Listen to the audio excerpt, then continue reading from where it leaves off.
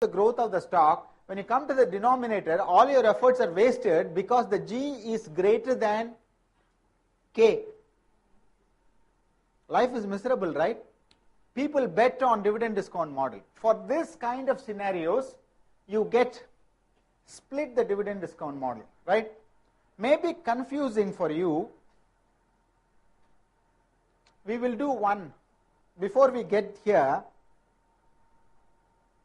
it's been quite long session, right? Okay. We have not talked much about required rate of return, right? What will be the required rate of return? If you want to be in equity, the required rate of return is determined by the benchmark of the equity. If you want to be in Indian market, the benchmark is Sensex or Nifty or something like that. What we can do is that the price of the Nifty, this is particularly S&P 500, very old data, 1150, and you know the dividend history of the particular index, go back and look at the average dividend, that is 2%. We are looking for K, in some places it's called R, okay, and you know the historic growth. So you solve this, then you get the required rate of return determined by the price of the market today. If the price of the problem with this computation is that now tomorrow it goes up by another 10%, the required rate of return totally changes. So if you go by what do you call this formula? The required rate of return determined by the market, which is called the implied expectation from the market, right? Is going too high, or what is imbibed in the market? What return market tells you?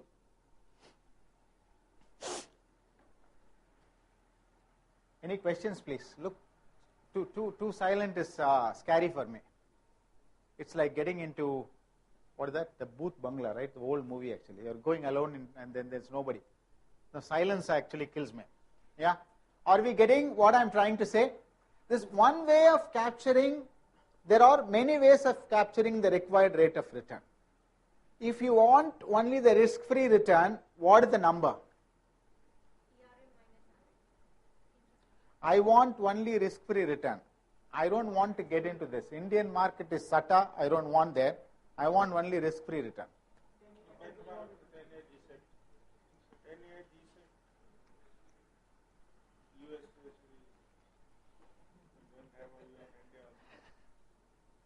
Please tell me what could be the return. I don't want to be in the market. Bloody, it looks complicated to me. S&P value this side, dividend historically, growth. 5 years FD return. 5-year FD return. Makes sense. I was expecting this answer long back actually. So, the risk-free, what is risk-free? What is risk-free? He said treasury bonds, 10-year bond, if it's available. Sovereign bonds are there, 30-year bond is available in India. And he is saying FD. I am saying no.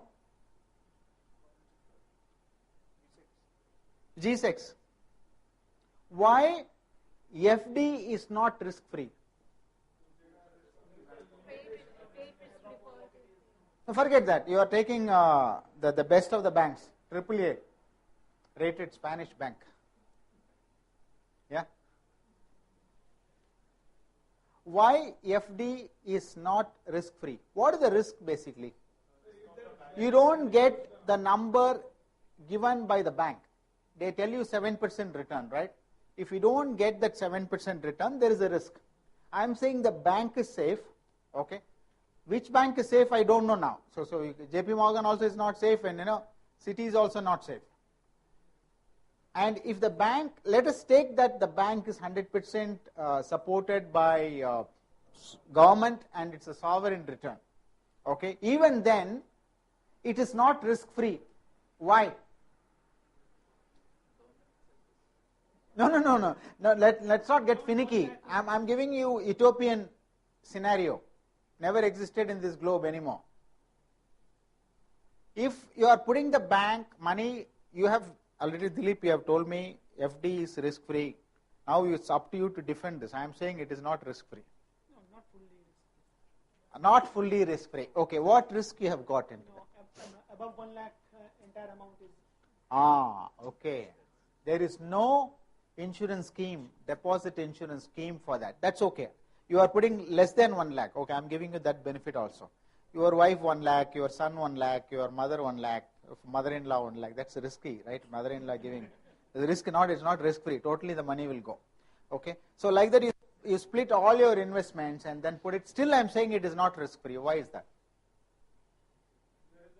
Very simple question I'm asking, right? You can't answer this. This is little more. You have come closer. They will charge penalty for. Okay. What is okay?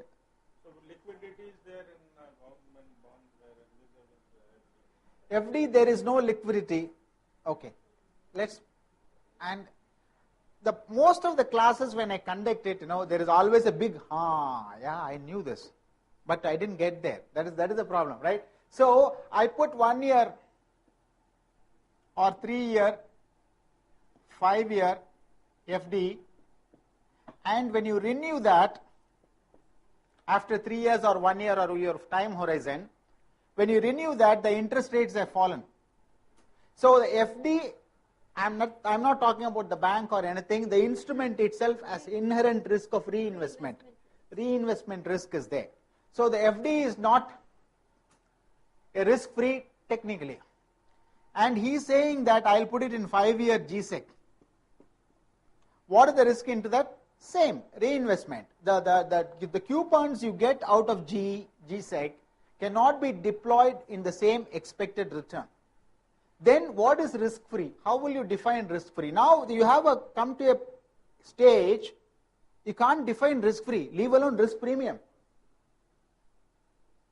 Isn't it? If nothing is risk-free, then there is no need for a class actually. We'll have lunch and go. Isn't it? And theoretically, if your investment horizon is 10 years, the zeros, 10-year zeros are deep discounted bonds or the risk-free instruments, which is probably may not be available in the market. So you don't have to worry about it, but you should know about it. Okay. So risk-free plus then you move into fixed income side. Then there is a risk premium for fixed income instruments and there is a risk premium of equity. And then there is a risk premium of stock. Yeah. So you move in this fashion, isn't it? So when you come back to this actually, if anybody wanted to be in the equity market, he has to take the risk of the equity market. What is that? The performance of the market.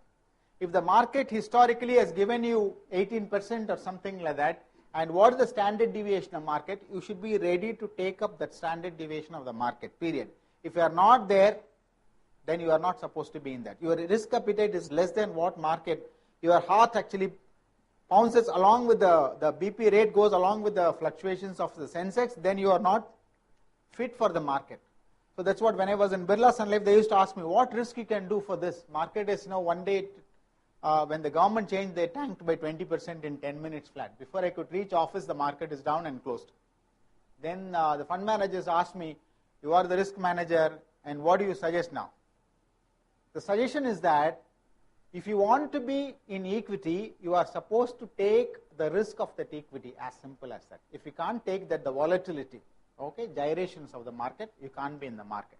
So the risk premiums are defined accordingly. Risk-free, you want to be in the bond market, slight increase in the bond market risk, reinvestment risk or prepayment risk and stuff like that. Then you move into the equity market risk.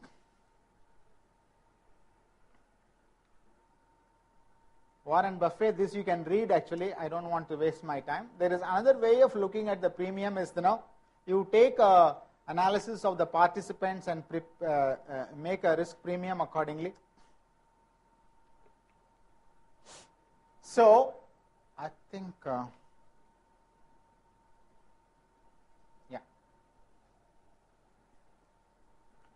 So if the dividend for the next year is $7 and the required rate of return is 14% and the G is 4%, the price of the stock is $70. As simple as that. But if you want to define the required rate of return, is risk-free rate into risk premium into the beta of the stock, isn't it? Risk-free rate, we are talking about D1 K minus G, we are talking about K. Okay? The required rate of